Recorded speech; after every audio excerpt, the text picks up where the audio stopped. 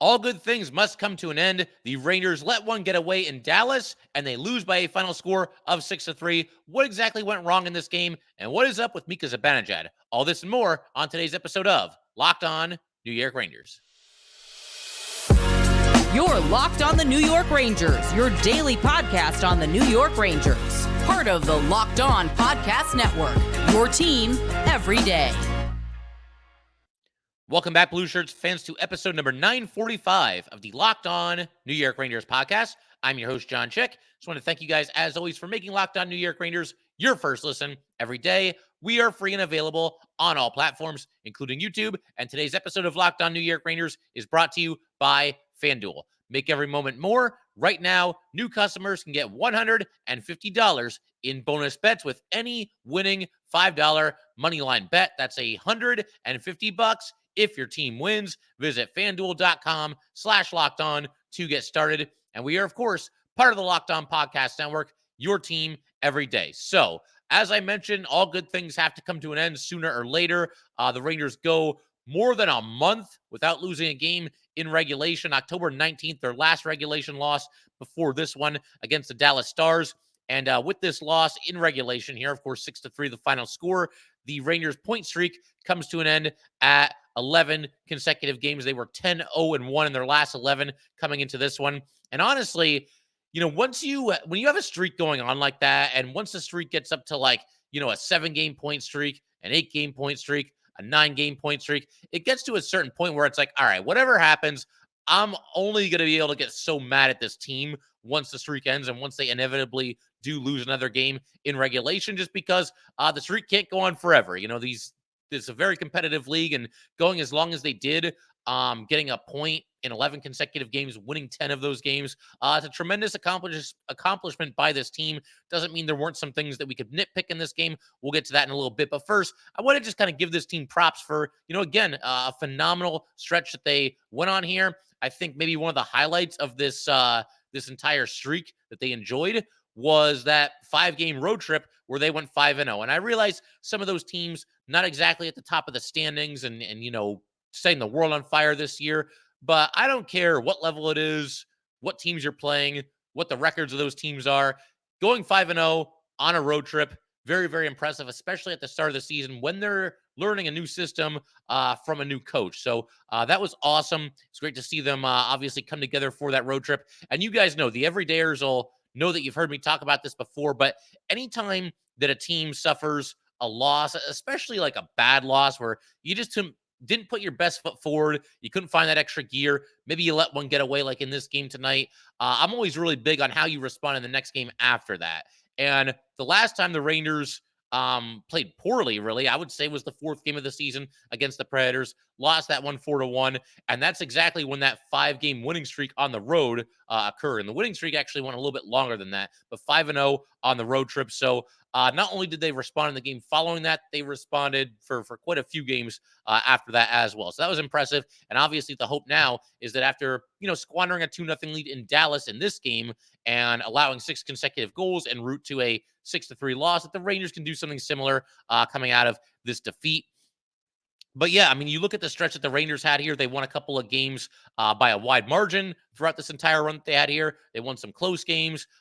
They won some games that were low scoring. They won some high scoring games. A couple of games went into overtime. You had a shootout win in there as well. So that was very impressive. Another thing that's really stood out about this winning streak, or point streak as it were, Artemi Panarin playing like a Hart candidate. Obviously, we talked about him in our most recent episode a little bit earlier today, in fact, that Panarin, right now, he's right there in the mix as far as most deserving candidates for the Hart Trophy. I think something else that really stood out throughout this entire run is that, and it was true in this game too, the Rangers have gotten off to much, much better starts to games this season than they did in years past, and certainly last year. Last year, slow starts, even when the Rangers were playing well, it felt like there were times where they just didn't have that extra gear, didn't have that jump early in the game. And eventually they would get it together and figure it out and come away with a win. But it's a lot better to go out there, hit the ground running, dictate the terms of the game to your opponent. We've been seeing the Rangers doing that an awful lot this season. They even did it in this loss to the Stars. Unfortunately, like we mentioned,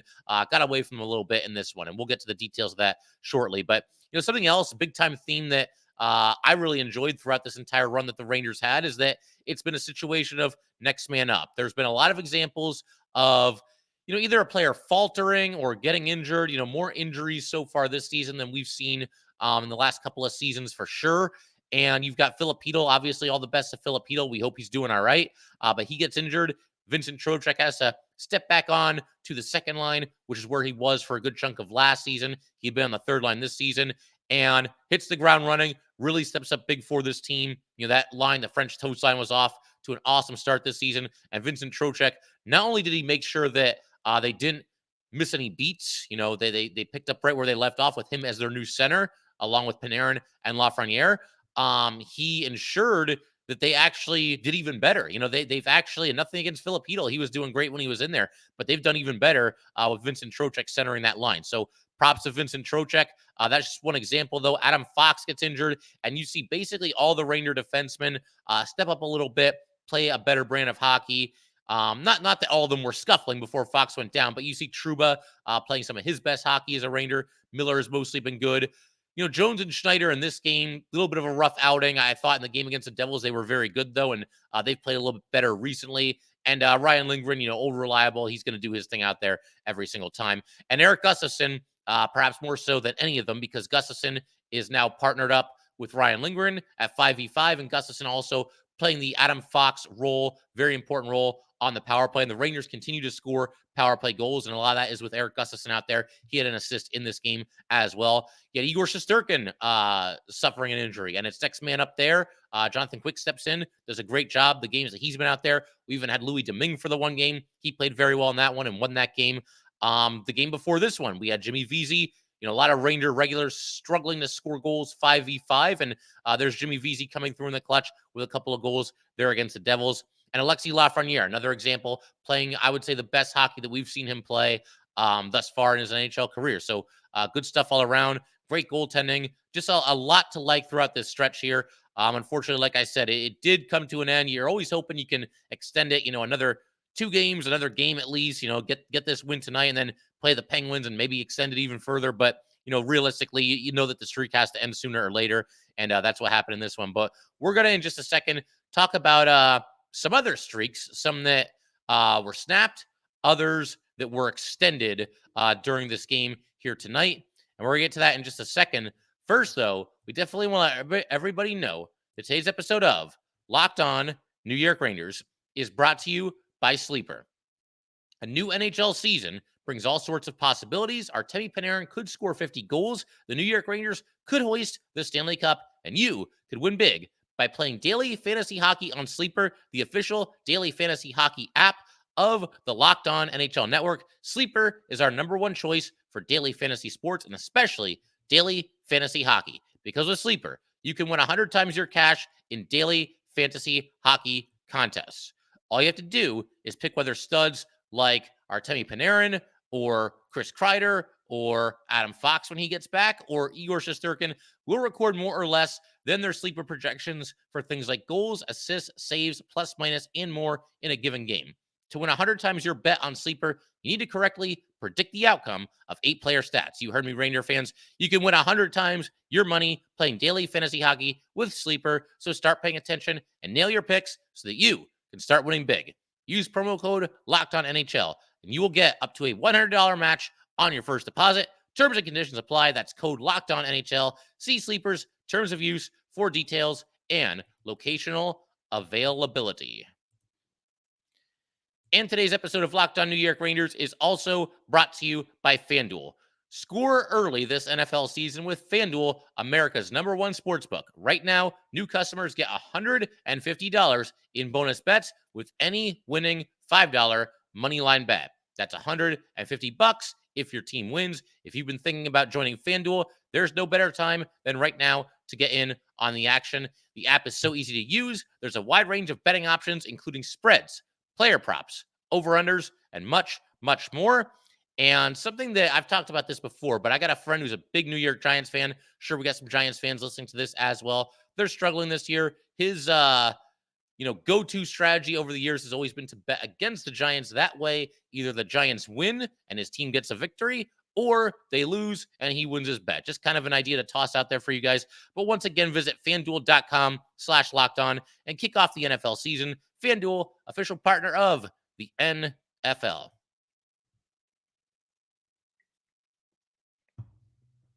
All right, so we're going to go ahead and keep everything rolling here.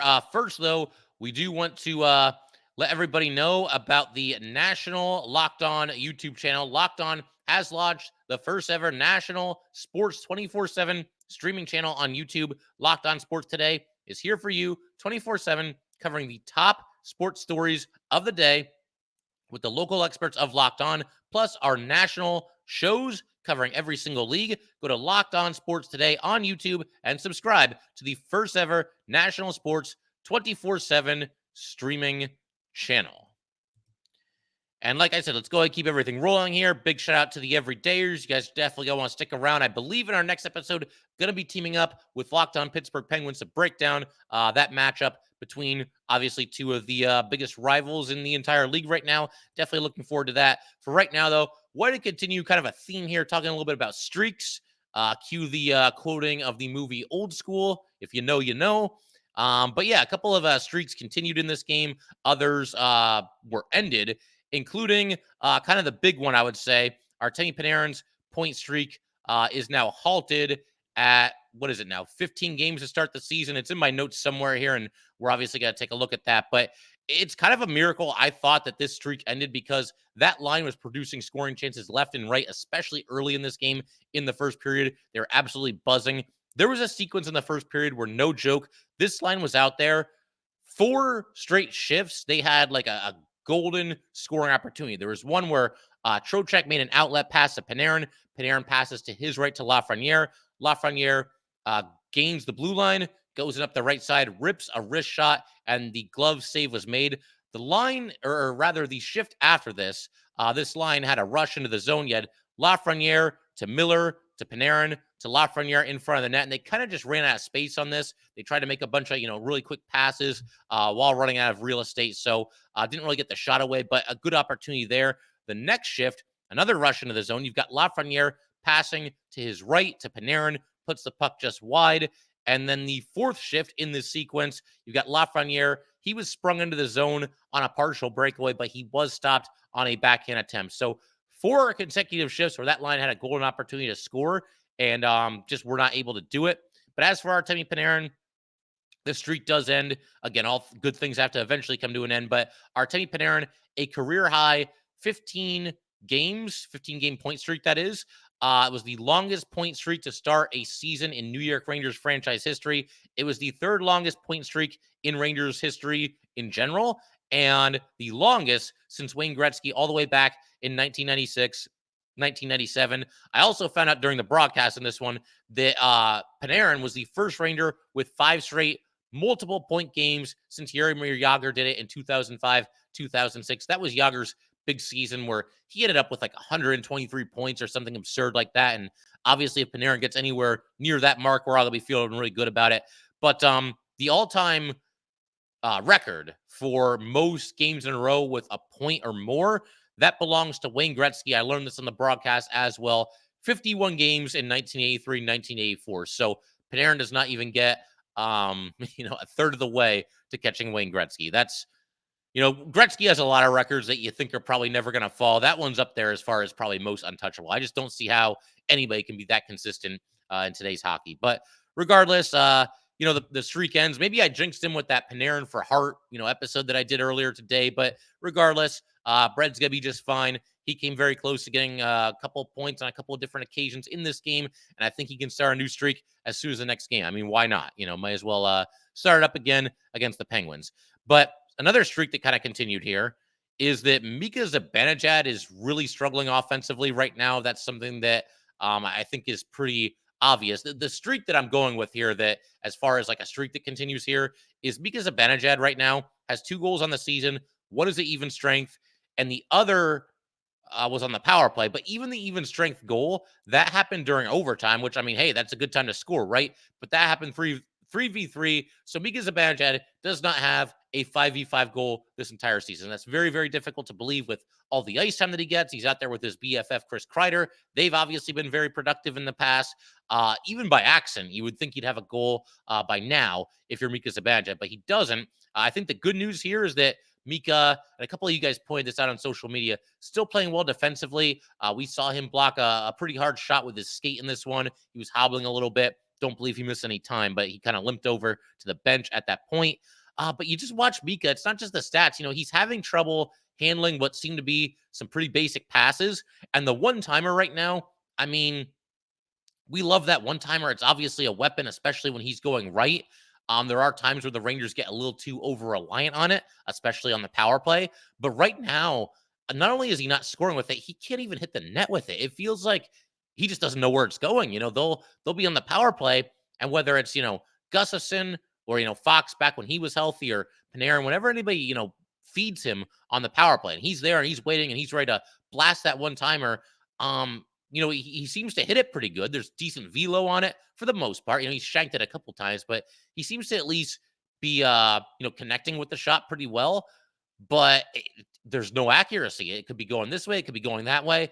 It's a struggle for him to even hit the net with that right now. And it's just very surprising to see. It's one of those things, obviously, it's kind of a feel play, and you got to figure he'll eventually figure it out. But I wouldn't mind to hear that, Mika Zibanejad in the next practice maybe stays after to kind of work on that a little bit. Because right now, the accuracy with the one-timer just is not there. And it's obviously difficult to score when, you have basically no idea where the puck's going. I think it's also worth pointing out, it's either last year or the year before. I believe it was last year. Mika Zibanejad got off to a really, really rough start. Very slow to start the season. But in that instance, he was recovering from having COVID. And I think that probably played something of a role. I'm not making excuses. I mean, that's just a fact. You have COVID. You're recovering from it. You might be a little off. And I think that was the case with Mika.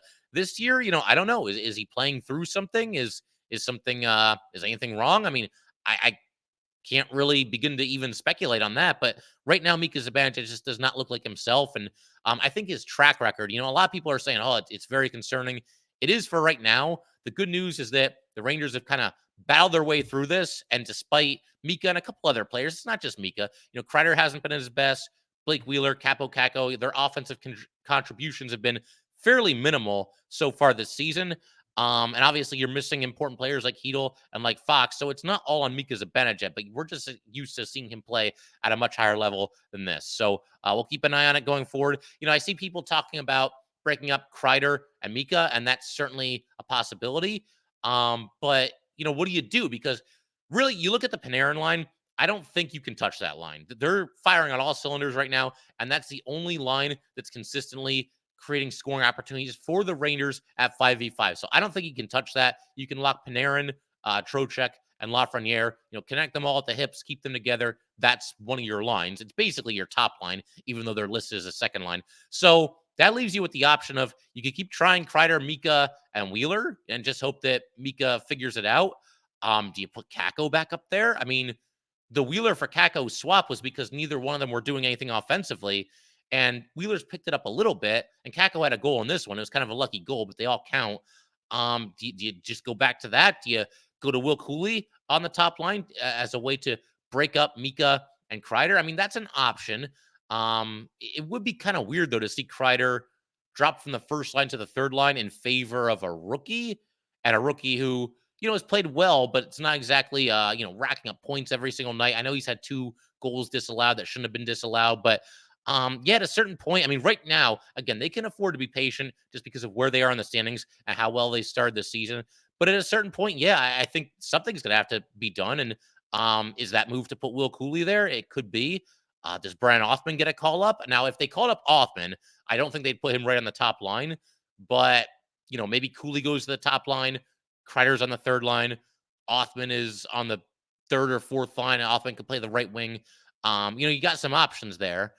But, I mean, right now, maybe you give it another game. But at a certain point, I think if nothing's happening and that top line just isn't clicking, sooner or later, a change has to be made. But to keep everything rolling here as far as these streaks are concerned, gotta give some props once again to Erik Gustafsson. His point streak is now at 6 games in a row. He had a secondary assist on the first goal of the game that was scored by Vincent Trocheck, gave the Rangers a 1-0 lead. So props to him for that. But Yeah, obviously, a lot of things going on with the Rangers right now, and the big one for me, the Panarin point streak ending. I mean, whatever. It'd be cool to see it keep going, but sooner or later it's going to happen. Obviously, the Rangers point streak that can't last forever.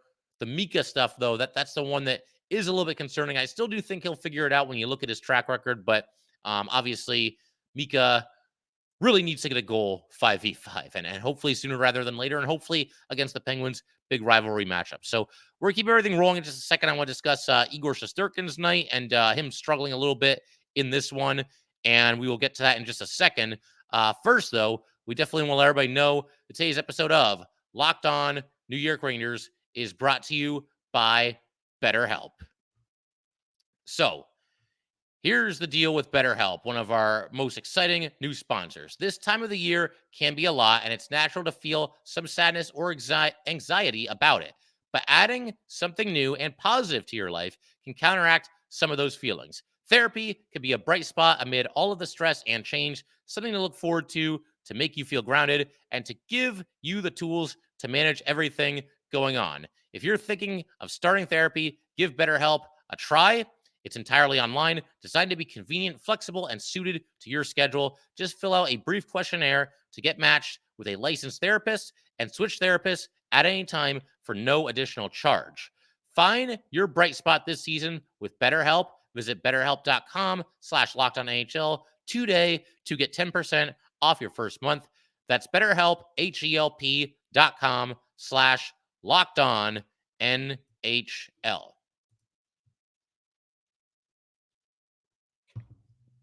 All right, so we'll go ahead, keep everything rolling here, and discuss Igor Shesterkin. So he scuffled a little bit in this game. I don't think it's anything too concerning. Obviously, he gives up the 4 goals in this one. And the Stars, they tack on a couple of empty netters at the end of this game.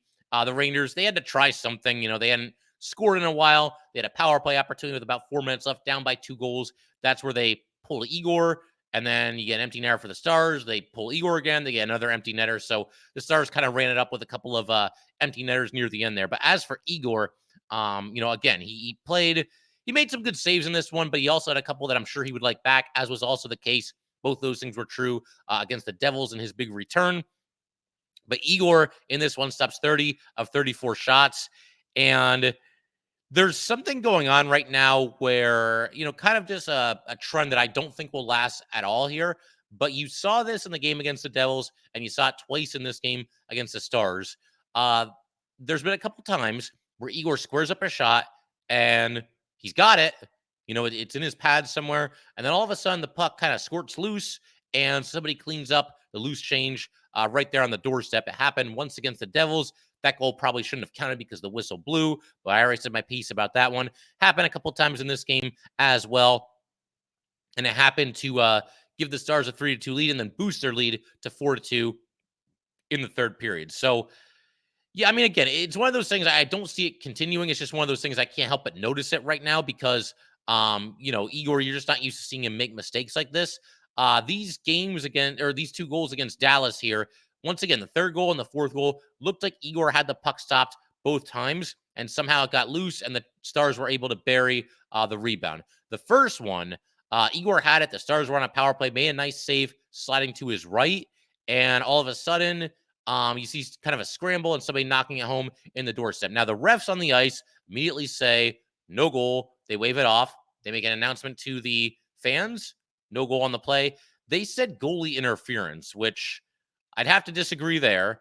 If anything, if they were blowing the whistle for any reason, I thought it would be maybe that Igor had the puck long enough to warrant the whistle being blown. But for some reason, they call goalie interference, and there was really nothing there, I don't think. So they go to the situation room. Naturally, the call gets overturned, although this one can't really argue too much. The second one, then, there's a scramble in the Ranger net. And on this one, it looks like maybe he was interfered with, was Igor. But obviously, they didn't call it. The scramble continues. The Stars put the puck into the net. They go up 4-2. The Rangers challenge for goalie interference, and naturally, it does not work. And that means the Rangers have a delay game penalty, and they have to be shorthanded, down by 2 goals with how much time was left there? About 6 minutes or so, give or take. So that was unfortunate as well. But again, if you see the refs skating over there to that little, not even a booth, but they put on the headphones and As I mentioned in the last episode, they talked to their overlords in Toronto. You know that there is not going to be any good news if you're a Ranger fan coming out of that. And there were two more examples of it in this game. Again, I can't really go crazy about either one of these, but it's just become such a foregone conclusion that when a play is revealed, or reviewed rather, and the refs come back and they make their announcement of as far as what the call is going to be, it's going to go against the Rangers every single time. We have seen more than enough evidence to know that that's true. And just feels like there's a lot of reviews this season in Ranger games. So, yeah, I don't know. I mean, it's sooner or later, you hope that it swings in the Ranger favor, but I'll believe it when I see it. I figure we could pretty much call it there for today. The only other things, a couple of things I wanted to run through real quick here. So, Zach Jones, the last game against the Devils, I said I'm feeling a goal from Jimmy Vesey. He ends up getting 2 goals, and we all had a lot of fun with that. So this one, decided to kind of double down a little bit, go with another dark horse. I went with Zach Jones. Didn't really work. Obviously, he didn't really come all that close to scoring in this game. I gave it a shot. So we'll kind of retire that segment for a little while going forward. Maybe I'll throw out another dark horse when I'm really feeling it in the future. But some good news. Adam Fox is on this trip with the Rangers, and he was skating. He's not eligible to return until the 29th against Detroit, but it sounds like he is certainly moving in the right direction there. Also, again, the conclusion here for me is that the streak just can't go on forever. It had to end sooner or later. Now it's all about how do you respond from a tough game, a game where you let a lead get away. You kind of got away from some of the things you were doing, maybe a little bit sloppy with the puck from time to time. And yeah, let's start a new streak on Wednesday against the Pittsburgh Penguins. But that will do it for today, guys. Once again, if you'd like to get in touch with this podcast, please send an email to lockedonnyrangers@gmail.com. Once again, that is lockedonnyrangers@gmail.com. Definitely give us a follow on Twitter as well at LO_NY_Rangers. Once again, that is at LO_NY_Rangers. And definitely subscribe to Locked On New York Rangers YouTube channel. Thanks again, you guys. I will see you next time. And for those of you watching on YouTube, I realize the graphics are the graphics they went with the most recent episode, not the one for this one. So apologies for that. But hey, at least I caught it here at the very end. So again, thank you guys as always. I will see you next time.